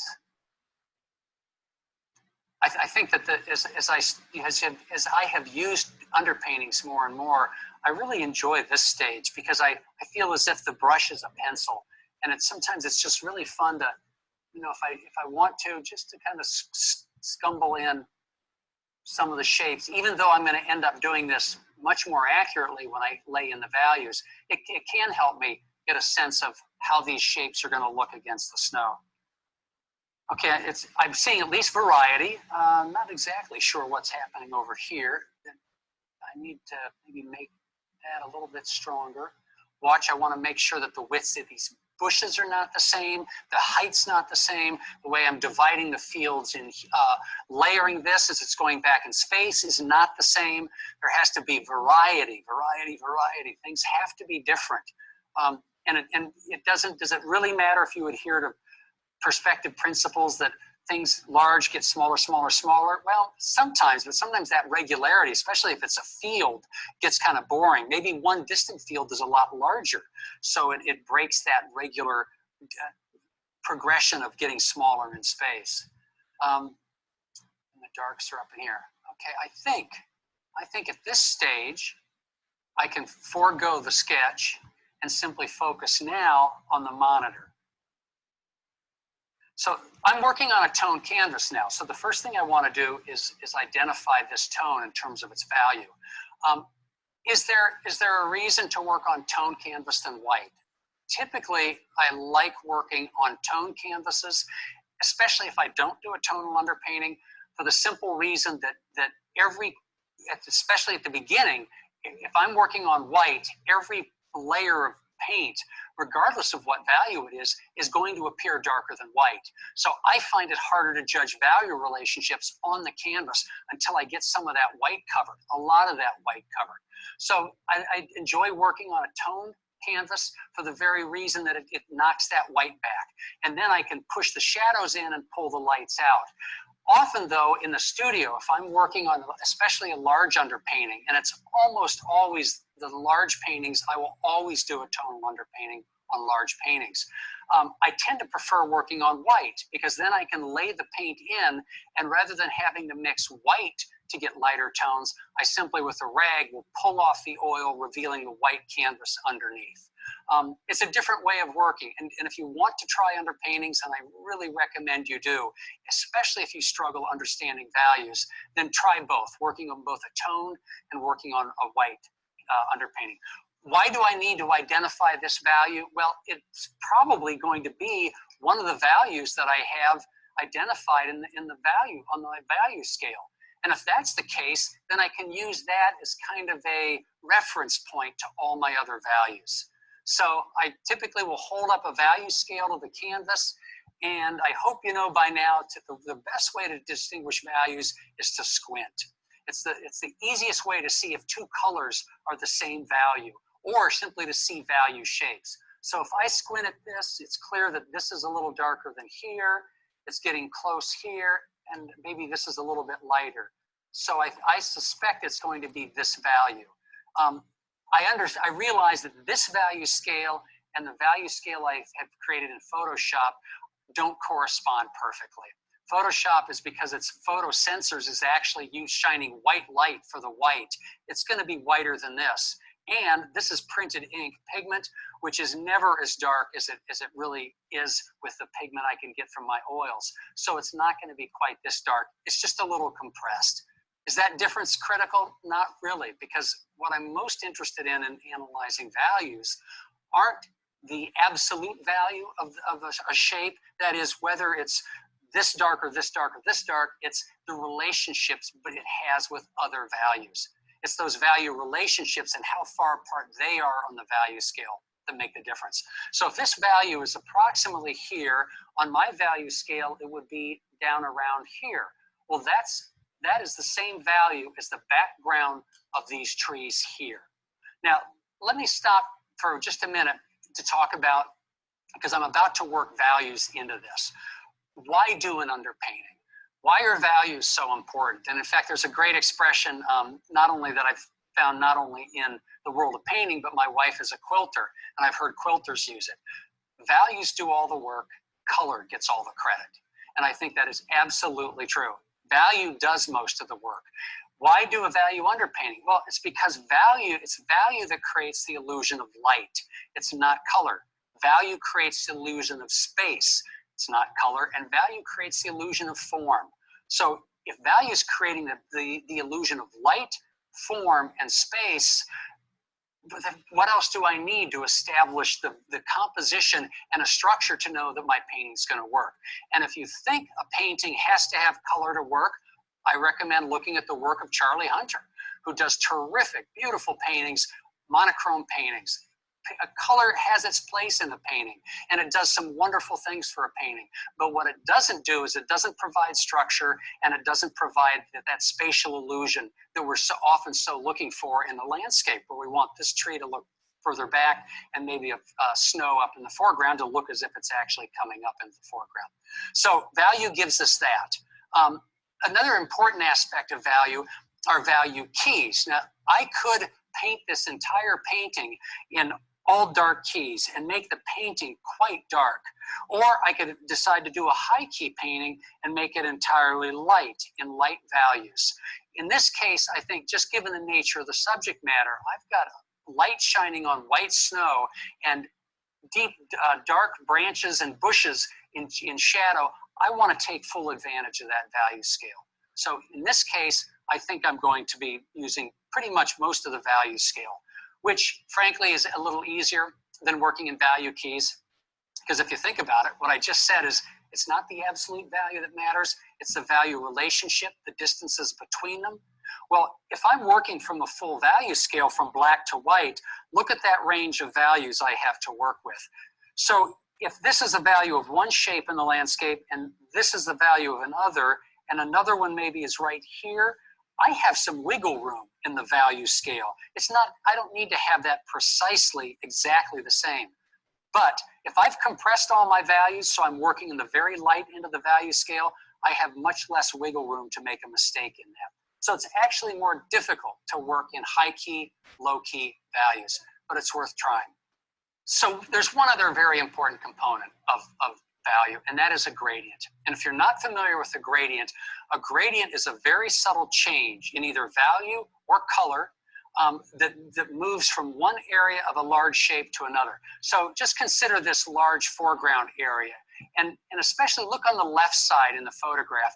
Notice how the snow is light up to a certain point, slightly gets darker, and then noticeably darker by the time it gets up here. And in fact, even the snow in some of these areas is darker than it is here. Well, if you're looking at the value scale that I have next to the photograph, you can see on the right side, see those 3 chips of blue? That's essentially my mapping that gradient. The darker blue was up here, the middle blue is probably in the middle, and the lighter blue represents the value of the snow down here. Why are gradients so important? Well, anytime you have a flat surface, a plane in the landscape, receding, starting in the foreground and receding in the distance, or starting in the midground and receding in the distance. In order to give that the illusion that this is a flat plane receding into the distance, you have to change something as that goes back. So I'll just use this because it's so easy to see. It's almost half the painting. As I paint this snow has to start changing as it goes back here, or else this is going to look like a cutout flat shape that's perpendicular to me and not a flat shape receding in the distance. You'll see gradients in the sky. Notice, for instance, in my photograph, how when I put in the color in the sky, it's warmer here and cooler here. So this is a case where it's a gradient not in value, but in color. The sky changes from more orangish to here to a bluer color here. That's also a gradient. So it isn't just flat planes, and you'll always see gradients in the sky, and everyone's familiar with the gradient where it goes from light blue at the horizon to a dark blue up top. Well, it isn't just a change in value. Often it's a change in not only color, but in saturation, with duller colors at the horizon where there's dust and dirt and you're seeing through a lot of the atmosphere, and then the colors become a little cleaner and richer as you go up. So gradients work all over the landscape, and you need to train your eye to see them and expect them to be there. So we've got the reason we do an underpainting because of the what value does. I'm going to stop it right there. Okay. Now, did anybody hear what he just said? About values and colors, and color does all the work and value all the credit and all that. No, value does all a the lot work. to us about Color values. does all the credit. Huh? Gradients are all over the landscape. Pardon? Gradients are all over the landscape. Starting Yeah. from light That's an going to important dark one. or dark to light. Yeah. Yeah. That's probably one of the key things that I want you guys to remember. You know, when you're painting a landscape, just because you have a big area, right, doesn't mean that it's all going to be the same color and value. And in fact, it can't. Okay, it has to change in some way if you want that area to move away from you, right?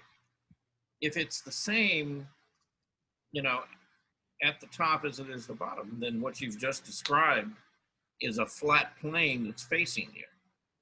But if you gradate or, you know, create a gradation where the color and the value and maybe the intensity shift, then all of a sudden you've taken that plane that's vertical and you've begun to lay it down and move it away from you. Okay?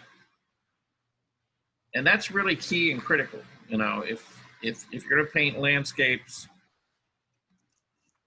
you know, houses, you know, anything, you know, in the world, and that even deals with still lifes. If you're going to put a vase of flowers on top of a table, that tablecloth can't be the same up front as it is behind the vase. It's got to change to move that backward. Okay? So it can't all be the exact same color and value.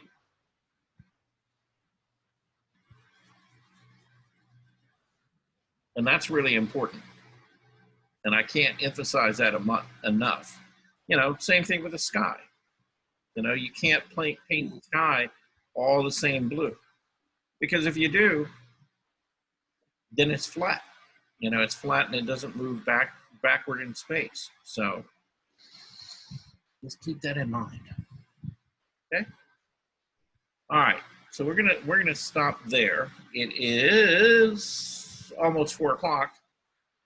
And anybody got any questions about that video or what he said, or anything stand out, you know, to you? I mean, did you hear something that I have a question. you think you can use? Yeah? Would you please explain the little card that he held up, the value, what's it called, value card or something? Well, it's a value scale, yes. Mm-hmm. Value scale, yeah. Yeah, we had them at Benson, that exact one. Oh, great. Yeah, and you can purchase those at Binders, Blick, online, anywhere, and they're very useful tools because particularly when you're trying to learn value, you can take that and you can hold it up to something and you can compare it and say, okay, what value is that? And then when you're mixing a color, then you can, hold it over the color and check the value to make sure it gets into the right value range, before you put it up there, on your canvas. So I noticed that he held up one that was gray and black and white-ish. Yeah. Are there different little charts that have the different colors of the rainbow on them? No, again, you can use it for any color because you're not talking about the color. You're talking about the value. What you do is you can lay that card, on top of a color or hold it up, in front of a tree and squint your eye down, right? And see the gray that matches it, because as soon as you squint, you're going to start blocking out the color and all you're going to see is the value. Have you done that before? No. No. Okay. I keep talking about squinting, Oh, squinting, yes. Yes. I squint all the time. Right. Yes. Just not the right things. Right. I thought you so used the value card. No, I haven't used the value card, but I do squint all the time. right. But you see, you can squint and hold that value card up and then look at the thing that you're trying to determine what the value is, and you can match it to that card. You But go, my okay, question so is, that's are there different colored no, value cards? no, it's only gray because value, the only thing value has to do with is how light or how dark something is. Oh, I'm getting it. I get it. I'm understanding now. Thank you. Yeah. So it's really talking about intensity, isn't it? No, it's talking about value. How light or how dark something is. Intensity is about how pure the color is. So, Oh. I wouldn't have known that either. yeah, remember? But anyway. And he basically got around to saying the same thing I say all the time. There's 5 types of contrast. Only 5. That's it. That's all you got. That's enough. Huh? I said, that's enough. Oh God, yeah. Yeah.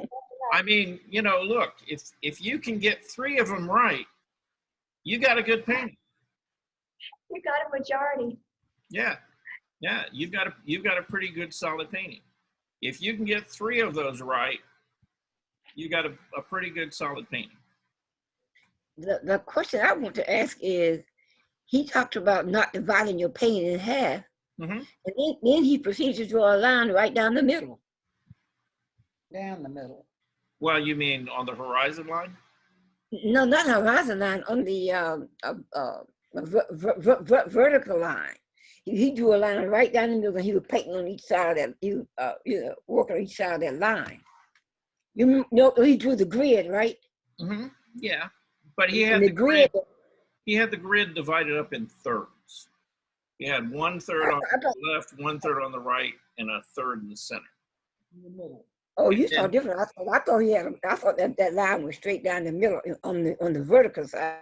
No, it was a third. On the horizontal side, it was. They showed there as an example of not what to do. I'm sorry, what, John? That was an example of what not to do. Right. Okay. Oh, the plot thickens. Yeah. He may have done that to show you. Yeah, don't do this. And he said, don't do that a couple of times. And then he went and he gave you an example of somebody who did do it, but actually made it work, which was George Innes, which is one of my favorite painters. But, Innes could get away with doing a lot of things that most people can't, because he, he really knew what he was doing, but made some beautiful compositions, because again, he knew how to balance all that out. So have you ever, Bernice, have you ever heard the phrase that rules are made to be broken? Absolutely. Yes. Okay. The problem with most artists is that they don't understand the rules that they're trying to break. And then until you really understand them, you don't know when or how to break them. You have to perfect the rule first, Yeah. and then you can work it. Right. That's perfect. You Yeah. have to know Yeah. that first. Yeah. Yeah. Once you get a really good understanding of what that rule is all about, how to use it to good effect, then you can find ways to break it. Right. But that takes time. And we're talking, many years of painting, before you can actually get to that point. So, the funny thing about art is, and this sounds weird, but there are rules, right? To something that actually has no rules. Okay.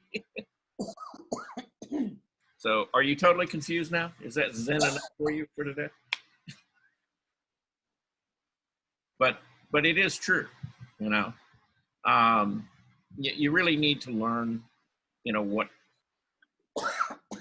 those rules are all about. And then once you do, then you can use them or discard them, freely. But know why you're not using them or why you're breaking them. And it will make a lot more sense. I thought it was kind of interesting him talking about using the tone canvas, then turning around and says, "Oh, well, I use a white canvas." And, well, whoa. Well, he was I saying, know. I mean, yeah. Well, he was saying that he started with a white canvas, and what he was talking about is building an underpainting. right. In that case, and if he's building an underpainting, he starts with a white canvas. And then he puts a wet tone down on it. And then he has the option of taking a brush and a rag and lifting his lights out, leaving his dark and mid-tone shapes to build that underpainting. He was talking about the process of building, an underpainting. You had a YouTube piece where a gentleman put down a umber, I believe, and then took a brush and pulled out the roof line and the clouds, took the rag and brushed. That was a perfect example of that. Yeah, that was Charlie Hunter. Yeah, we just watched that video last week. Right. Yeah. And he mentioned Charlie, and being able to kind of create, a beautiful painting, not really using color, just using value. And that's a wonderful example of exactly that.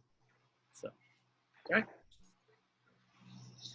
Anyway. There's so much information in all of this stuff. I think it's confusing everybody.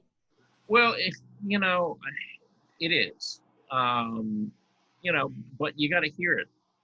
Yeah. You keep hearing it like 1,000 times, and usually on the 1,001st time, it finally kind of sinks in, and you kind of discover that whatever you thought it was 3 months ago has changed, and you understand it a little better. And that's what you're going for. We're peeling the onion here. That's what we're doing. And flying through the process. That's right. Over and over and over again. Okay? Yep. And I agree with him. It all comes down, there's no magic to it, really. There's hard work and there's understanding and looking and seeing and just doing. You just got to keep painting. And as you do all of that, you're going to get better. You got to. So. So next time he will talk about contrast, edges, and details. Well, yeah. I think you've got enough,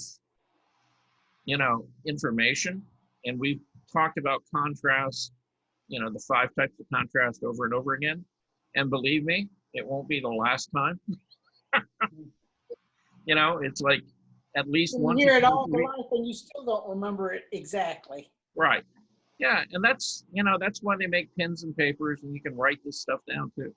You know, I mean, you really can, and it will help it stick. You know, and keep it close at hand while you're painting, so that you can look back and go, okay, what do I need to be worried about now? You know, but the key thing with you know, with John is, you know, he talked about how important composition is. And, you know, I've talked about composition many, many times. But really,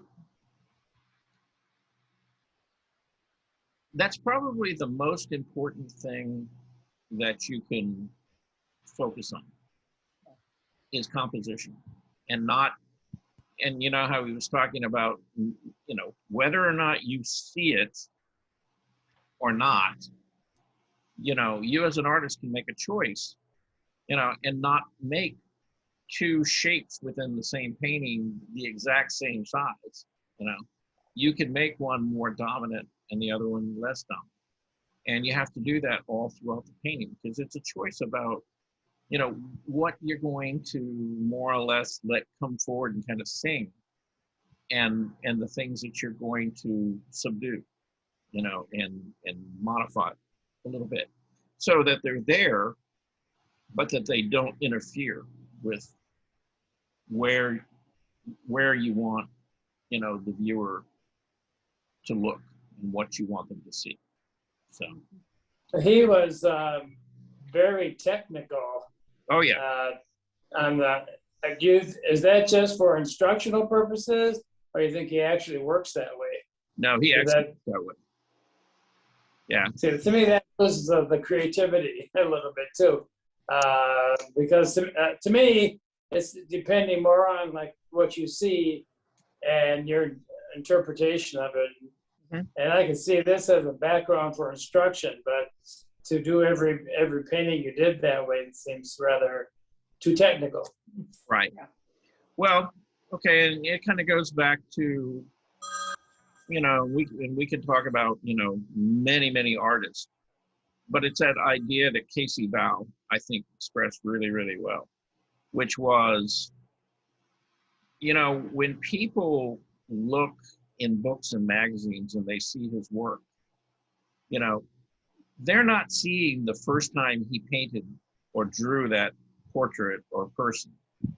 They may be seeing the 20th time, you know, because it literally took him 20 times to get it right.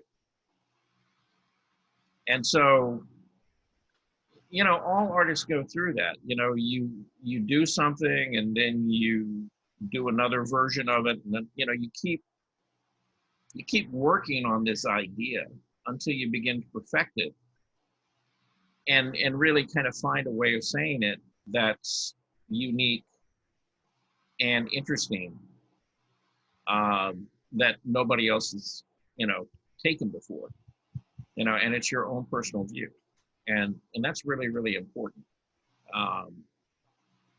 You know, so many people, you know, would like to think that you just walk up to a canvas and start putting paint on it, and, you know, this masterpiece just kind of comes out. And honestly, I can tell you that's never happened for me. So, you know, now I've done some good paintings that way, but would I call them finished? No. But I learned something. And then when I did the next version of it, or when I went back to that subject again, you know, I might approach it a little bit differently, because I learned what not to do, but I also learned, you know, what it was that I wanted to keep about that and incorporate it back into the work again. So anyhow, we're losing people little by little. They're fading away. So It's getting past time. I know. Yeah, it carried on kind of a long time today. At any rate, we will be back tomorrow. Send me some of your drawings, John. I got yours. You did Good. some lovely pieces, by the way. And Oh, thank you. Yeah. Well, and so did Eloise. You know, unfortunately, she had a technical glitch. So when she was uploading the file, only like half of it uploaded. So we have half of it. But yeah, send me some of your drawings or things that you're working on, things that you want to ask questions about or talk about, you know, and, you know, we'll kind of go from there. Okay. Good enough. We'll see you all. All right. Bye-bye. Bye-bye. Thank Bye, everybody. Bye.